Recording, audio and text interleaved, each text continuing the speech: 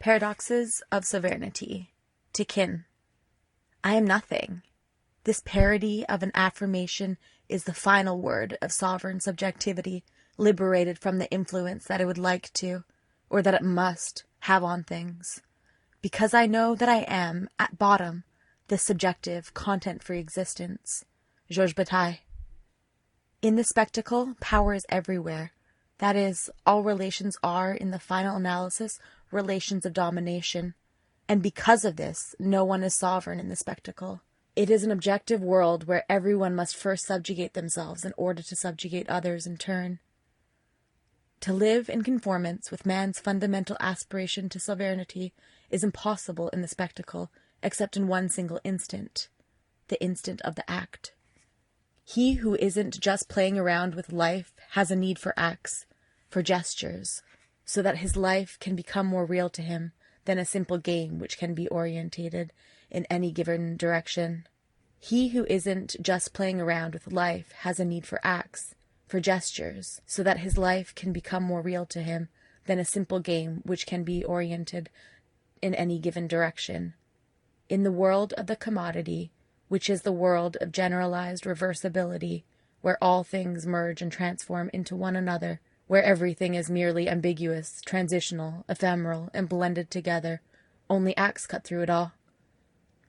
In the splendor of their necessary brutality, they carve an unsolvable after into what had been before, which people will regretfully have to recognize as definitive.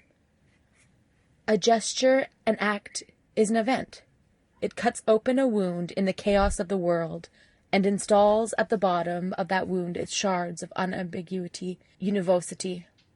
It is a matter of establishing so profoundly in their difference things that have been judged as different than what separated them out from each other. It is a matter of establishing so profoundly in their difference things that have been judged as different that what separated them out from each other can never have any possibility of being erased.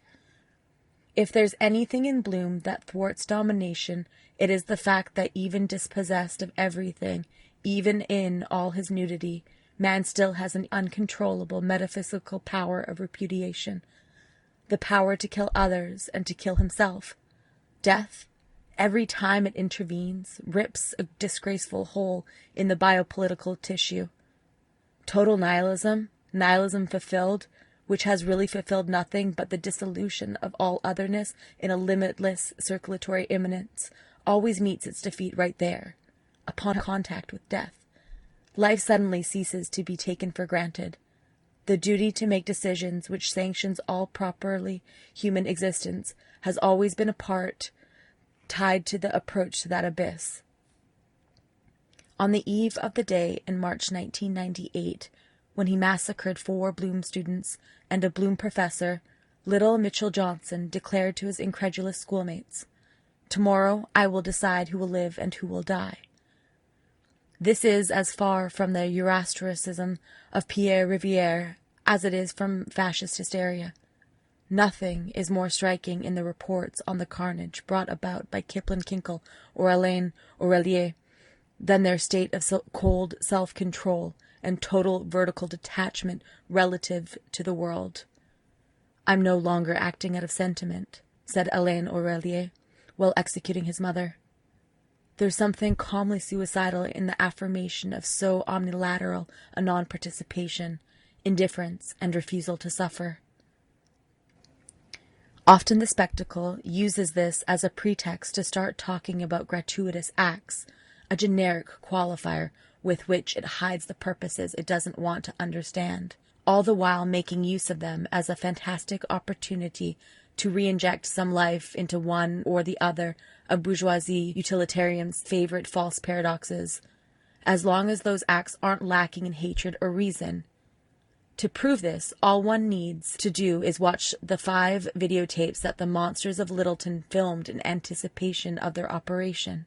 Their program appears in them quite clearly. We're going to set off a revolution of the dispossessed. Here, hatred itself is undifferentiated, free of all personality. Death enters into the universal in the same way as it emerges from the universal, and it has no anger about it. This isn't about giving some revolutionary significance to such acts, and it's hardly even about treating them as exemplary. It's about understanding what they express the doom of and grasping onto them in order to plumb the depths of bloom. And whoever follows this path to the end will see that bloom is nothing, and that his nothing is a nothing that is sovereign, an emptiness with a pure potential. The contradiction between Bloom's isolation, apathy, powerlessness, and insensitivity on the one hand, and on the other his dry and brutal need for sovereignty, can only bring about more of these acts, absurd and murderous as they may be, yet still necessary and true. It's all about knowing how to deal with them in the right terms in the future. Like in Mallarmé's Écriture, for instance, one of the acts of the universe has been committed there. Nothing else but the breath remained.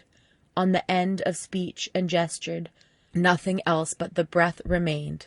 The end of speech and gesture united, blow out the candle of being by which everything has existed. Proof.